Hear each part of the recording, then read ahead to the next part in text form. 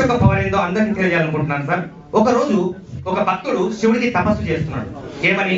10 లక్షల రూపాయలు లాటరీ ఇవ్వవయ్యా అని చెప్పేసి. రైట్. ఒక రోజు 2 రోజులు 3 రోజులు 10 రోజులు తపస్సు చేసాడు. ఇంకేం చేస్తాడు? స్వర్గానికి టికెట్ కొట్టాడు. పోయి దేవుడితో గొడవ పడుతున్నాడు వాడు. రైట్. ఇంత పెద్ద భక్తుని 10 లక్షల రూపాయలు లాటరీ అడిగినా ఇవ్వలేకపోయినా ఒక దేవుడు అని అన్నాడు. అప్పుడు ఆయన ఇచ్చిన ఆన్సర్ ఏంటంటే, ఒరే భక్తుడా, నేను నీకు 10 లక్షలు ఆల్రెడీ రెడీ చేసి పెట్టాను. నీ 2 చేతులు ఉన్నాయి కదా, అవి నరికేసి ఇక్కడ పక్కన పెట్టు, ఇగో 10 లక్షలు నేను తీసుకొని పో అన్నాడు.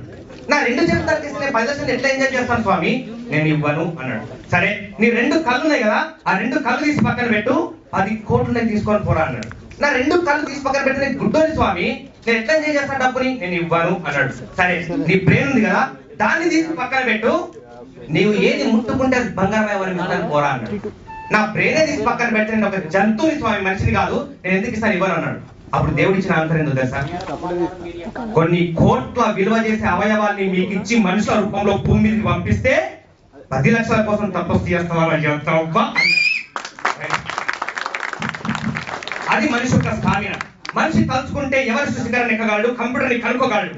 బట్ ఏమి సాధించలేకపోతున్నాడు. ఈ మనిషి యొక్క పవర్ ని ప్రపంచ వ్యాప్తంగా తెలియజేయాలనే ఉద్దేశంతో ఫస్ట్ టైం మనిషి పైన నేను రీసెర్చ్ చేయడం జరిగింది సార్. ఒక భారతీయుడు, ఒక అపరిచితుడు, నేను ఒక పీకే సినిమా చూసి గోకుల్ థియేటర్ నుంచి బయటకు వస్తున్నప్పుడు అక్కడ ఆడియన్స్ యొక్క మాటలు నా లోపల మంటలు రేపాయన్నమాట.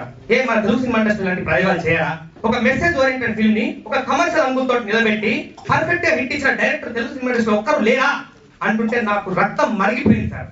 రైట్. ఎస్, నేను ఉన్నాను, నేను వస్తున్నాను, చూపిస్తాను అని చెప్పేసి చెప్పడం జరిగింది. ఈరోజు ఒక కొత్త ప్రొడ్యూసర్ వస్తుందంటే ఇండస్ట్రీ భయపడుతుంది సార్. ఎందుకు?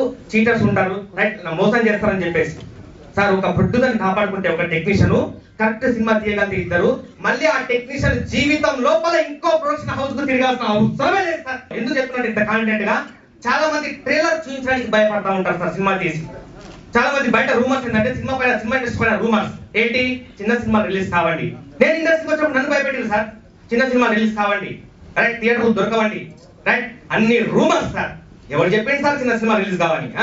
సినిమాలో విషయం ఉంటే డిస్ట్రిబ్యూటర్స్ పరిగెత్తుకుంటారు సార్. ఈ సినిమాలో విషయం ఉందా, మీ దగ్గర విషయం ఉందా చెప్తారు. ఎవరు చెప్పిన సినిమా రిలీజ్ కావాలి? డిస్ట్రిబ్యూటర్ మంచి సినిమా అవసరం లేదా? ఎగ్జిబ్యూటర్ మంచి సినిమా అవసరం లేదా? డైరెక్టర్ ప్రొడ్యూసర్ మంచి సినిమా అవసరం లేదా? తీయడం చేతగాక, సబ్జెక్టు రాయడం చేతగాక, అదే హీరోయిజం ఏమైనా తిరుగుతూనే ఉన్నాయి మన కథలు, రైట్. ఇంకా చేతగాక రీమేక్ అంటున్నారు. కృష్ణానగర్ లో సలసల మాడే ఒక్క రైటర్ ని ఒక్క పూట తిండి పెట్టి బెడ్ ఇచ్చి రైటింగ్ కోసం రాయించి పెట్టు sir, Hollywood range cinema subject రాసిస్తాను. ఇందిరానగర్ గడ్డ పైన తలమ్మ తల్లి కన్నీళ్ళు పెట్టుకుంటుంది సార్. ఒక మంచి టెక్నీషియన్ బయటకు రావట్లేదు, ఒక మంచి సినిమా బయటకు రావట్లేదు, కొన్ని సంవత్సరాలు అయింది సార్ గొప్ప సినిమా తీసి. నిజంగా చెప్తున్నాను, గొప్ప సినిమాలు తీయడానికి మాత్రమే బ్రాండెడ్ సిగ్నేచర్ మూవీస్ అనే బ్యానర్ ని సార్ తో స్థాపించాను. అదే మూవీస్ లో అన్ని గొప్ప సినిమాలే తీస్తాను సార్.